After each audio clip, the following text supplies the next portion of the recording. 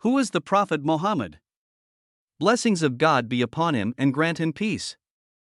Muhammad was born in Makkah in the year 570. Since his father died before his birth and his mother died shortly thereafter, he was raised by his uncle who was from the respected tribe of Quraysh. He was raised illiterate, unable to read or write, and remained so till his death.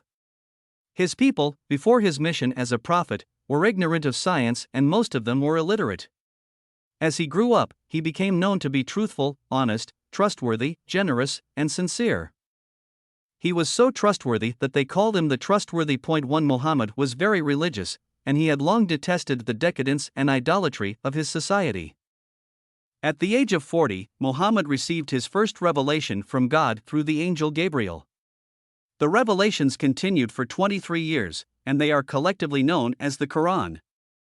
As soon as he began to recite the Quran and to preach the truth which God had revealed to him, he and his small group of followers suffered persecution from unbelievers. The persecution grew so fierce that in the year 622 God gave them the command to emigrate. This emigration from Makkah to the city of Medina, some 260 miles to the north, marks the beginning of the Muslim calendar. After several years, Muhammad and his followers were able to return to Makkah, where they forgave their enemies. Before Muhammad died, at the age of 63, the greater part of the Arabian Peninsula had become Muslim, and within a century of his death, Islam had spread to Spain in the west and as far east as China. Among the reasons for the rapid and peaceful spread of Islam was the truth and clarity of its doctrine. Islam calls for faith in only one God, who is the only one worthy of worship.